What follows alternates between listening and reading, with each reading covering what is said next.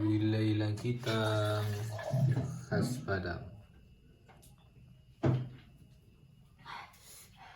Yang pensi padeh. Khas tapi lawi Padang. Yummy, lezat tu.